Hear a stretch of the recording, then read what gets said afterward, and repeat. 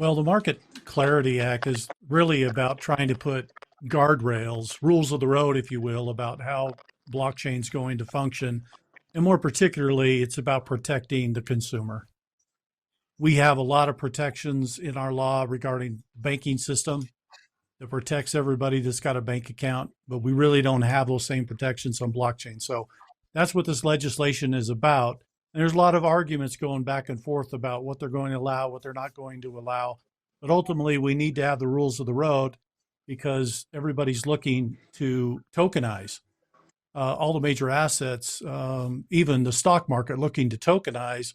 Well, you can't just let the public loose on that if you don't have rules of the road about how this needs to operate, and everybody is held accountable to that. So this is a very important piece of legislation. President Trump has told the Senate he wants it on his desk by the end of February. Will they get there? I don't know. We hope so. The Senate has had this bill since last July. So they've been kicking it around a long time. Okay. So let's hope that they get that finished. They received it the same time they got the Genius bill. So, and we know that they passed that one right away. So that's vitally important because everybody's looking to blockchain to be a moment of clarity. And that this is interesting. They call it the Clarity Act, but it's about transparency in our financial transactions. As we get into blockchain and a distributed ledger system, what you're looking at is really some are calling it the trustless system, because the system itself can validate both parties to a smart contract. So you don't have to trust the guy on the other side. The system tells you whether he has the money to buy your thing or not. Okay. So it's not like you have to, just trust me, I'll get you the money. That goes away. It's pure validation all the way through.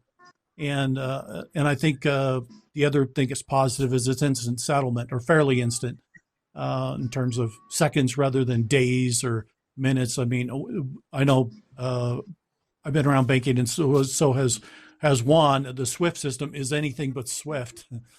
And in fact, it's the opposite of SWIFT. It's hilarious how it operates. But the fact the Patriot that you can move any kind of money and move it in seconds and have it actually be cleared for both parties, that's what we're talking about. So really incredible things coming with that. I think what you will see in the future is as all assets start to move toward this idea of tokenization to make it easier to trade.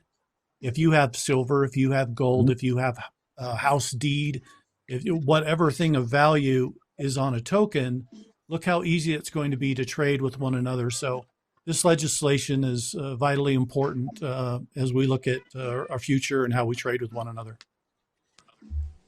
Well said. Thank you, Will. Yeah, Cowboys and Indians, the days of Cowboys and Indians concerning crypto-related matters are going to be coming to an end, and thank goodness for that, because this is going to play a major role in currency itself and how things move, and as you said, trustlessness. I love that word. I love that. That is really going to make things quite better.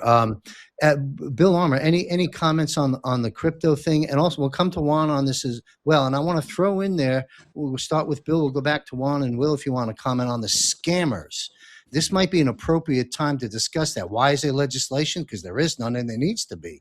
One of the other elements coming down the totem pole of importance, but still important, are the endless scammers out there. Even some of the podcasters directing people to come join my QFS in my wallet. Anyway, Bill, any comments on what we're discussing here, and then we'll take it around the block. Yeah, I mean, I'll leave crypto by and large to the two people that know more on crypto than I do. But what I will say is, I think this is very necessary. When we talk about crypto, for a long time has been a Wild West, and you said Cowboys and Indians, which I think is appropriate. And so finally making this more uniform, putting guardrails in place and things like that, and not overdoing it, but at least doing it so we have a common set of rules is very important whenever you're dealing with anything, especially long-term, talking about asset-backed tokenization, things like that. We have to be speaking the same language and have the same rule set. So this is part of legislation that creates the infrastructure that allows us to have discussions down the road that are going to be much more important. Thank you. Real quick question to Will. Then I want to go to Juan if Juan would like to weigh in on what we've addressed thus far. But quick question to Will. And the reason I'm raising this is I get a lot of questions on public timelines and a dedicated public email address I've given out. Can JQ Public, the American citizen, be in the QFS right now? A yes or no question. QFS system is not available to the public at the present moment. Doesn't mean it's not operational. There's a lot of operations going on behind the scenes. We had our Treasury Secretary state today in a public statement that they are using the IRS system to help track down these fraudsters in Minnesota and California. So a lot of people complain. I mean, they're like, why haven't we got rid of all this? Why haven't got rid of the income tax and everything else? We're using their systems against them right now, folks. You need to just buckle up because we got to clear all this out. And sometimes it's painful, the whole process of legalese. Juan probably understands this, but the wheels of justice seems like they move slow, but they do grind fine. And we will get to a result with this, but we are going to have a little bit of patience with that process. Thank you. One quick follow-up with you, Will, before we go to Juan, is one more extension of this, and then we got it on the record, and I can refer people to this specific section of the episode so we don't have to keep addressing it. One more follow-up to the scam aspect of this. We see all over social media, okay, you've already debunked it's operational, probably at many levels, but not for us to be invited in just yet. I get that. Now, they also say, do you have your wallet set up? Come, let me help you with your wallet, and then get you into the QFS. Any cautions or red flags with this advice from the public that's being put out there all over the place? It's not available. Anybody that tells you can get it, they're trying to get your information to scam you and hurt you in some way. So you need to stay away from that. There's a lot of scams going on. I hear people all the time getting. I heard of a guy the other day, 2 days ago, and he said that he got pulled into this QFS. Oh, I got to set up my QFS account. Within 24 hours, they had emptied out his digital blockchain wallet. He had given them too much information. So, and he was very upset by it, of course. So the American people should just wait. This will obviously be an official announcement. We're not going to have to figure out how to get out of the old system into the new system. There'll be some directions coming from the top down. Juan, do you care to weigh in on any aspect of this crypto discussion? And I want to get into Bitcoin in a moment. Well, part of the issue is a lot of this audience, you're forward thinkers. And so you're also early adopters. And that's why you've done pretty well at different times. And so that's also a weakness potentially that can be exploited because you're hoping to get in early, make the extra buck, be in a power position moving forward. And the scammers know that. So they play on those, not just emotions, but features within your persona. And they're very good at it. Until you've been conned by a really good con man, you don't realize just how dangerous these people can be to you. So this is one of those moments where you have to slow down, cross the T's, dot the I's. If it's too good to be true, it very likely is. Within these major moves that have to happen, they won't be done in the background first, and then everybody else gets to find out. They're just not. It's not the way the system's set up. You're not that special. I have some stuff going on right now in the background in the banking community that probably just because of my history all the way back to the 80s, I have unique understanding and contacts in. And even there, we've all had to take deep breaths to make sure that we're, very comfortable that all the proper boxes have been checked. It's there's other places to dive in, make a buck, etc., and certainly to understand the technology involved potentially, but you know,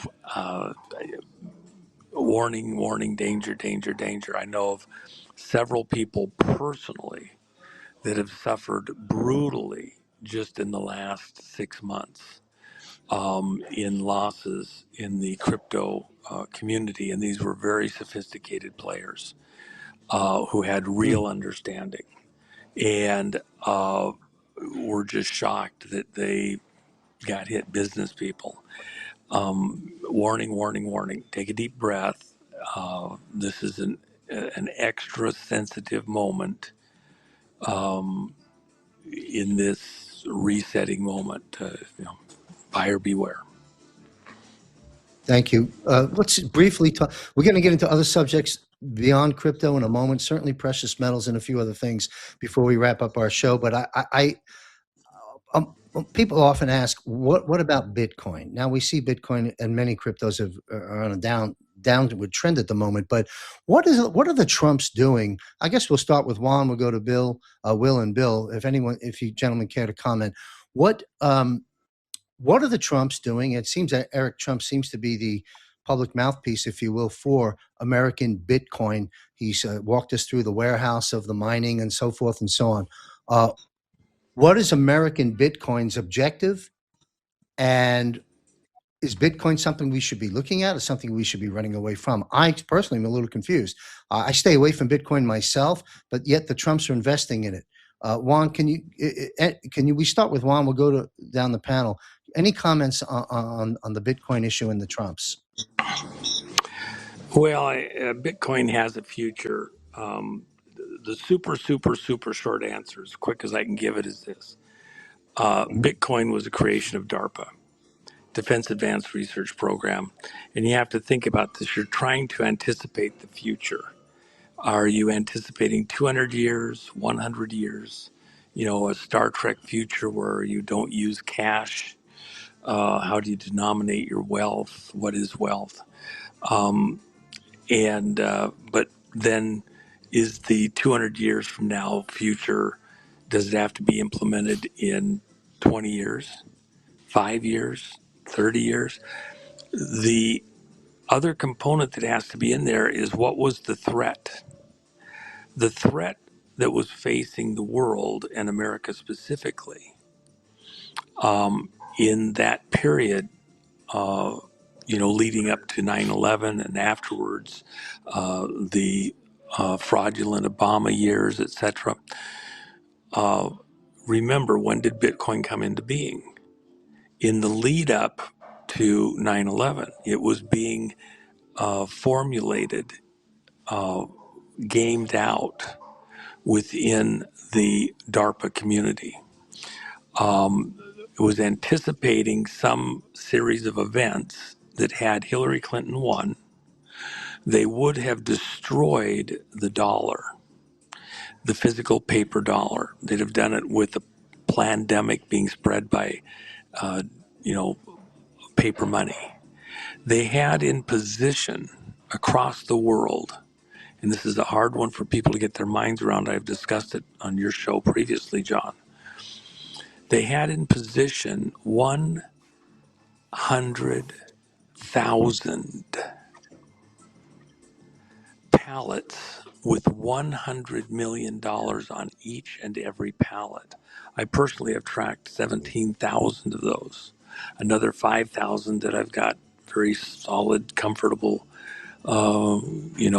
data on, that physically people that I personally trust have been in the room with them. That still is only about a quarter of everything that's out there. What were they going to do with that? That wasn't there to help the world. It was there to undermine the dollar, just as we undermined the ruble, not with counterfeit dollars, but with real dollars that were spread out in the black market system, not going through bank machines. If you're going to collapse a currency, one of the things that we knew and we established, we proved, you can't do it through the banking system. You have to do it in the black market. And we did that with the ruble. And that was the intent with the paper dollar, to undermine confidence in the dollar across the world, because it's a world circulated currency. With that in mind, whenever you're about to engineer a crisis as a globalist, you have the solution already in position, ready to play. And with Hillary as president, had she been allowed to become the president in 2017, as this globalist plan unfolded, you'd have had terrorist strikes, nuclear bomb in Seattle next to Seahawks Stadium. You'd have had a pandemic with money tainted. You'd have had a collapse of the dollar and the Western banking systems. And they'd have been there ready, a la 9/11 with the Patriot Act, all ready to go, been formulated for years, just needed the event to bring it to pass. You'd have had the crypto ready to bring into the world and bypass all of the existing safeties within government and finance and fund a globalist system. Now, does that make cryptos evil in and of themselves? No. There was a lot of work and planning and thought that went into it. We are going to go to a digital system.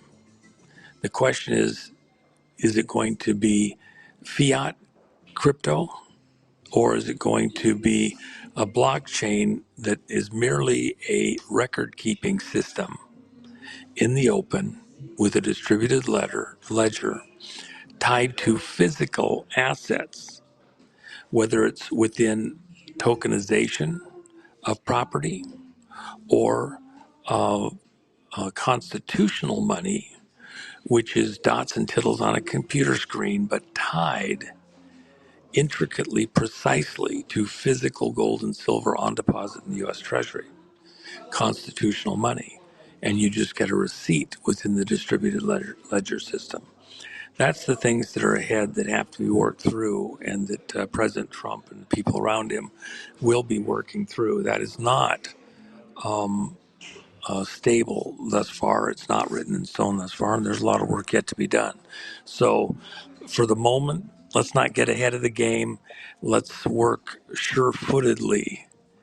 And for the moment, if you have physical gold and silver, you're probably in the best position so that as this dust settles, you can buy back in to the system, reinvest, but do it from a solid place after all of these scams and uncertainties are washed out of the system, which is the plan, to get the scammers and the scamming out of the system. Thank you, Juan. Bill and or Will, anyone care to comment on the Bitcoin narrative and picking up where Juan left off? Just chime in. I'll let you take this one, Will. Well, Okay. the American Bitcoin thing is very interesting. Okay, let's take a look at that for a second, because the Trump brothers have put together this big data center to mine Bitcoin. So what is Bitcoin mining? Bitcoin requires a third-party verification on a transaction. Okay, that means you have two parties transacting, but you get a third party to verify that. Well, that's what the data center does. It's being the third-party verification, and when it does that, it earns a fee. In other words, it mines Bitcoin. Okay, that's where the term comes from. So they're simply taking their ability to put together a server system and say, let's make money off the guys running this thing.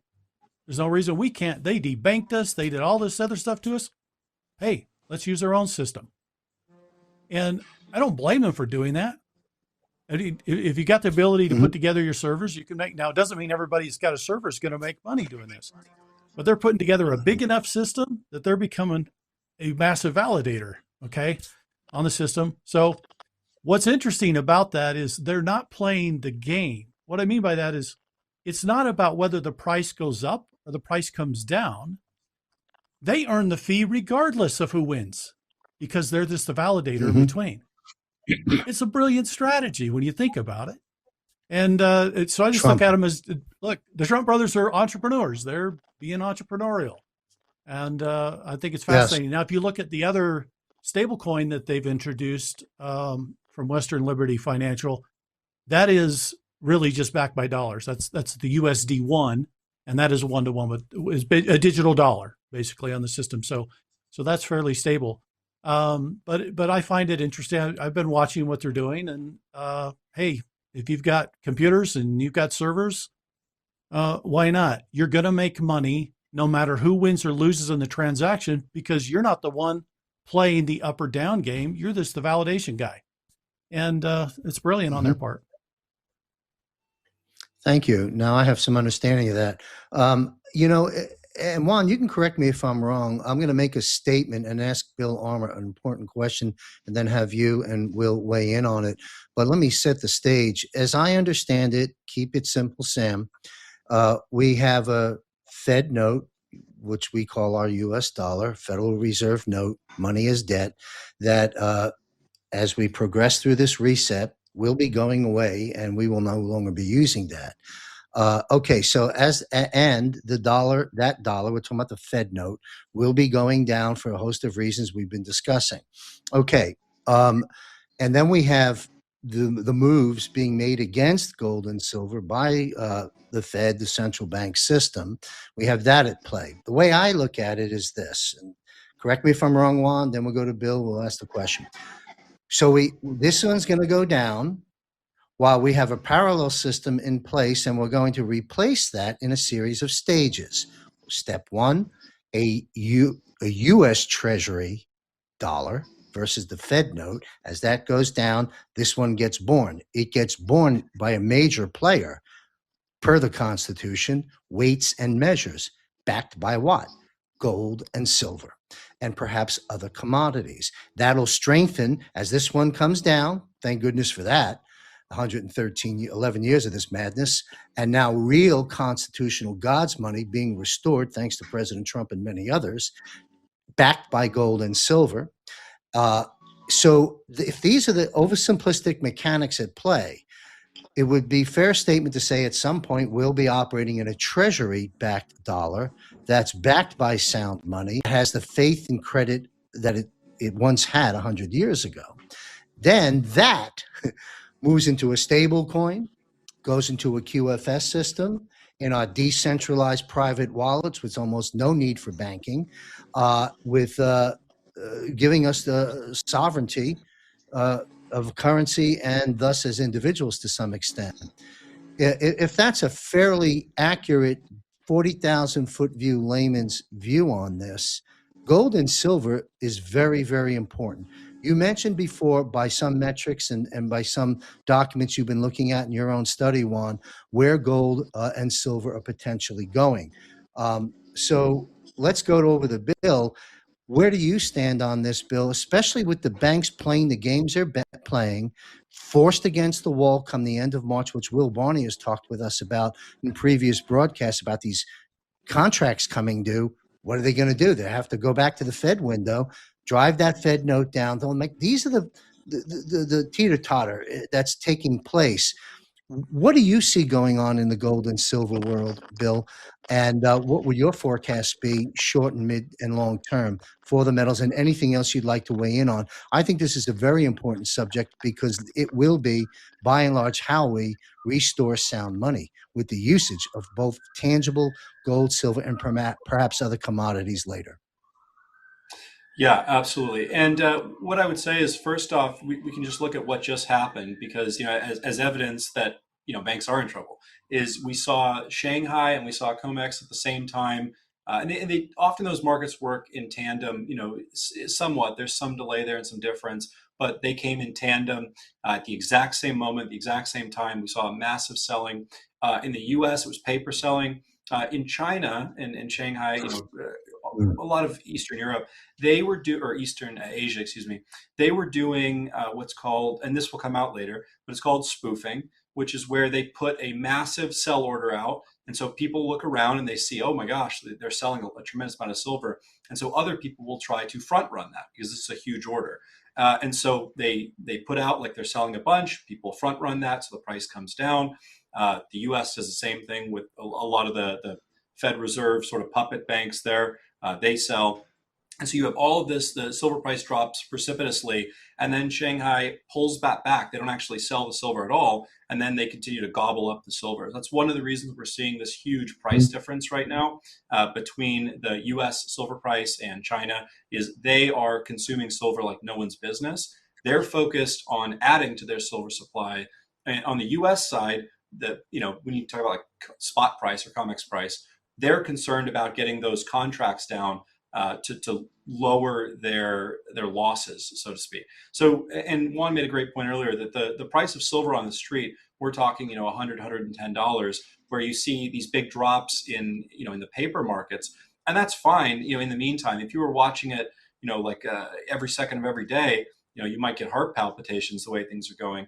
But understand that all this is it is kind of the death knells, I would say, of this of what silver is doing to the banking industry as a whole. So this is kind of a normal. It's almost like if it were Star Wars, this would be The Empire Strikes Back.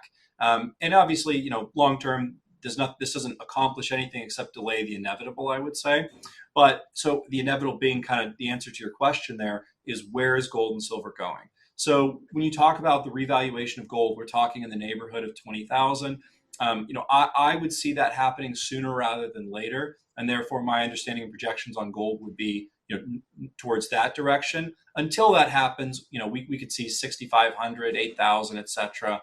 So doubling 50, 200% in the next year. Silver, we can continue to see the same trajectory. And again, I just want to reiterate, this is not, because people will probably tell you on mainstream media that this is just, silver got really high, it had to come down a little bit. Not at all. That had nothing to do with the natural price movement. Had everything to do with price manipulation, that coming down from the 120 range. So understand that at this point, people have the ability, if they're able to get physical silver, to get it at a tremendous discount of where it should be. And understanding that, again, the banks will reap what they've sown here. And so I think that this presents a really incredible opportunity, particularly for silver. Obviously, gold has a lot to do as well, but particularly for silver, if people can get it, it gives them a great opportunity to have something that is going to be very valuable in the very, very near term. Thank you. Two quick points I want to make. One, of course, I refer back to the Q drops back in the day. I'm paraphrasing, gold or metals or whatever it stated would expose or bring down the Fed. We're beginning to see the stages of that, and thank goodness for that. Second quick comment, you alluded to the mainstream media on the financial channels. I think our audience probably doesn't need me to remind them of that, but turn that off. If you want to muddy up your thought process, if you want to take an already complicated situation, as Juan has walked us through, that we're transitioning through and into over these years, and you want to muddy up your space, watch some MSM. Turn it off. Forget about that. They have their own vested interest. They're part of the problem, as far as I'm concerned, by and large. I would like to have Juan and/or Will weigh in. You mentioned, Bill, you mentioned China. China is widely known for doing things that are highly in their interest and sometimes at the detriment of other countries, like stealing technology and, of course, our rat rhinos giving it to them over the years. That's a different subject. But we'll go with Bill, and then we'll have Juan cap this off. China. What are they doing right now? I know that, as I understand, they locked the doors, if you will, won't let any of this silver out. What is China doing regarding this price points and metals itself, namely silver? We'll go with Will, and then Juan and Bill, you can cap it off if you choose. Go ahead, Bill. Will and Bill. Too close. China's playing the game. Right. Will Barney. They're playing the game. How are they right playing now? the They've game? been playing the game for some time. Bill talked about the spoofing. They've been doing that over and over. Mm-hmm. They're buying up everything they can physically get their hands on. I got a report out of Switzerland today. Bullion dealers are out of silver. They don't have any silver of any kind. And the gold, they're down to just 500 gram bars is all that's left. That's even gone. It's really crazy what's happening inventory wise. When they crashed the market last Friday, we saw an absolute drain of anything that was physical. People started buying at epic levels because they knew this was fake, right? They knew this wasn't anything to do with physical metals at all. So it isn't just China that's buying up everything they can get their hands on.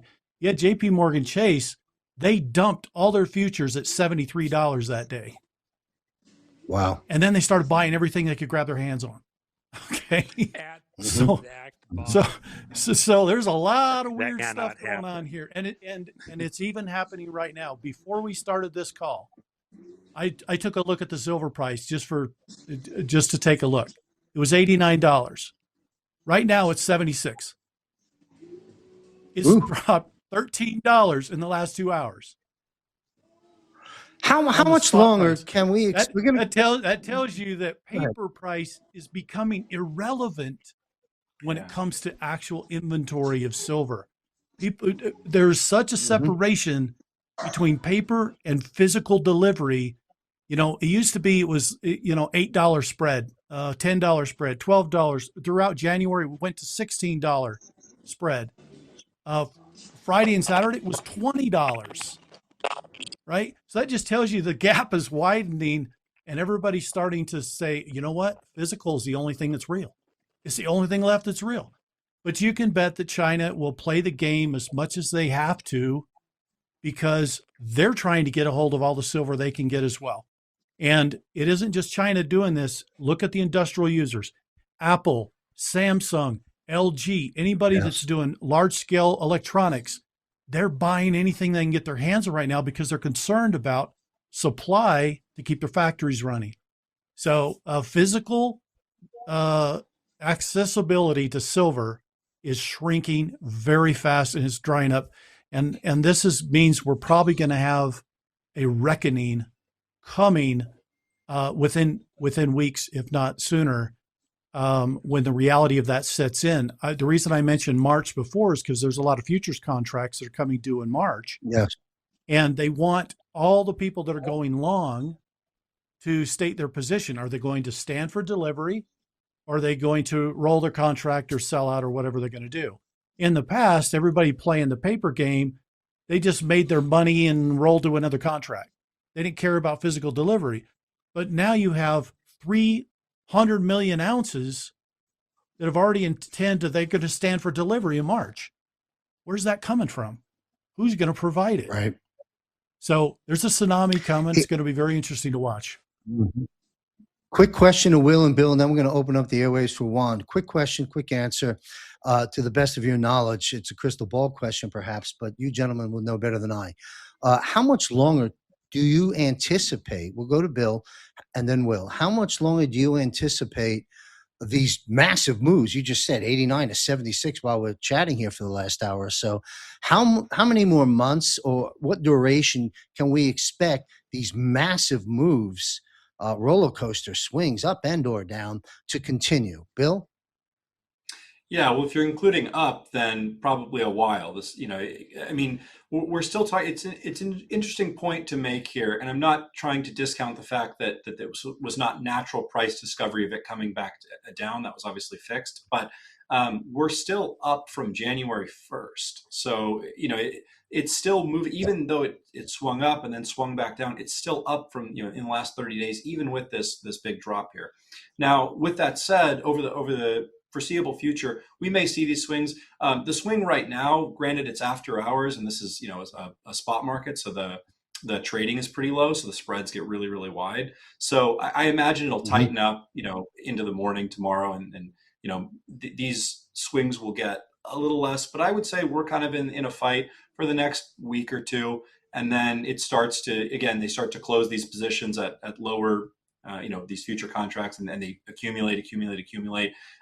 Even just kind of harkening back to your China question, this is all just an accumulation event for them. This is the perfect storm, and that's why they were happy to partner with, in a lot of ways, banks in the United States, because the end goal for them is to acquire more physical silver. They don't really care what the paper price does, because they're not going to use that. It's an irrelevant number to them. And so they were happy to work alongside, and the Shanghai market and the United States market, were in tandem there in perfect unison, which again is indicative of them working together on that. And so this is China's objective here, is to accumulate physical silver irregardless of other circumstances. And moving forward, I think we'll see this until these positions close, until, we're talking about, again, we've mentioned this in the past, we're talking about bank failure as the alternative. So the Fed Reserve is going to do everything it can in terms of, money creation out of thin air to prolong this system. So, it's an enemy there with effectively infinite wealth. But at some point, and Will, I think, put this brilliantly, at some point, people start to realize that the paper price is irrelevant. And that was the first thing we saw with backwardation a while back. We're seeing it again today with backwardation again. And on and off, we've been seeing this, but there's this detachment from reality. And at some point, people stop caring whatsoever about the paper price. It becomes a useless number. And that's probably where we're heading in the next several weeks. Thank you. Will, any quick comment before we go to Juan? Just one comment about what occurred today. Marco Rubio brings together 50 allied nations to do a minerals conference to talk about supply chain. Okay. And the opening speech was J.D. Vance. And what he talked about was, we need to institute price floors. Why? Because if minerals are being flooded on the market at prices that are lower than we can mine them ourselves, we'll never have a mining project. The miners will not be in business. Now, I've talked to some of the mining companies. They want to see $300 silver, so it's economical for them to actually be in the mining business for silver. Right now, silver is a byproduct. They're going after copper, gold, something else, and it's a byproduct they're getting out of refining. But they're not specifically targeting it. But if the price is sufficient, and if Marco Rubio is able to get all these nations to talk about a price floor that's reasonable for silver, the U.S. can get back in the mining game, and we can start putting our own economic security and technological security back underneath us by having our own mining operations. But we can't do it if cheap silver's flooding the market, destroying the mining operations. So we need the miners to get back in the game. We need to be getting it out of the ground because high tech needs it. And we're going to need a price to do that. And now they're talking price floors. So let's watch what the government does, because that could have a major movement on what's going to happen long term, particularly throughout the rest of 26. And I'll leave it with Juan. Thank you. Thank you. Thank you, Will and Bill. Go ahead, Juan. Any comments on all the China or any aspect of what you've been listening to? I was thinking about this a minute ago. I get these random thoughts. And so several years ago, I had to use someone that had very advanced AI products and had created for marketing purposes, millions and millions of accounts that were commenting and stuff all over the world and in bot locations and all that. And this was, kind of it was a business contact. It wasn't like he was my best buddy in the world. But at a certain point, he's telling me that about his AI girlfriends. And so he had created 3 AI girlfriends and for different things. So he's all excited about this. And they do this and they say that and blah, blah, blah. At the same time, it just so happened that I knew his wife from something else before I ever knew him. And she picks up the phone and calls me and says, that she's getting ready to leave him and she knows I have some business with him and she doesn't want it to affect our business, but she's leaving. And I'm like, okay. And she adds in, he's more interested in his girlfriends online than he is in me. Well, the girlfriends online were the AIs. That's paper silver. It's not real. Okay. I was wondering where you were going with real. I was just clicking through my mind, Good advice. That's how real the paper silver is totally unreal. It looks beautiful. It's great. You can trade with it. You can show all your friends. You can brag on it. When it comes to Oh delivery, yeah. he's not climbing in Good luck. bed with the paper imagery, and the reality when she left him, his brain was focused in the wrong place. I think she was probably ultimately right to draw the line in the stand. He wasn't paying attention to her. You better pay attention. Physical silver's the whole game. Yeah, Physical gold, that's right. and everything else is a happy thought illusion with no connection to reality. Please get your brain going in the right direction right now. Yeah, great story. Brings it home, pretty much right there. And by the way, just You just so know, you know, just as an aside, real quick, John, I'm dealing right now with folks in several major banking communities across the globe. Um, there was clear indications prior to what happened last Friday that something was coming. Now, I didn't want to cry wolf in a crowded theater, but I was aware there would be some manipulations and that, at the very least, everybody be paced or measured or whatever, understand. But the pressure upward for silver is absolutely as solid as it gets because of industrial demand, mhm. extremely low production numbers from the mining community because they're not focusing on silver, they're focusing on other metals. It's just a byproduct of other mining.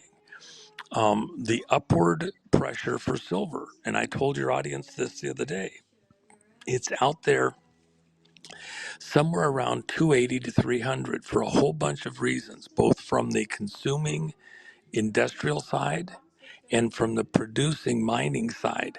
The reason they need something approaching, I think a floor for silver, probably a realistic negotiated floor, is going to be down there somewhere around 240 for a bunch of reasons.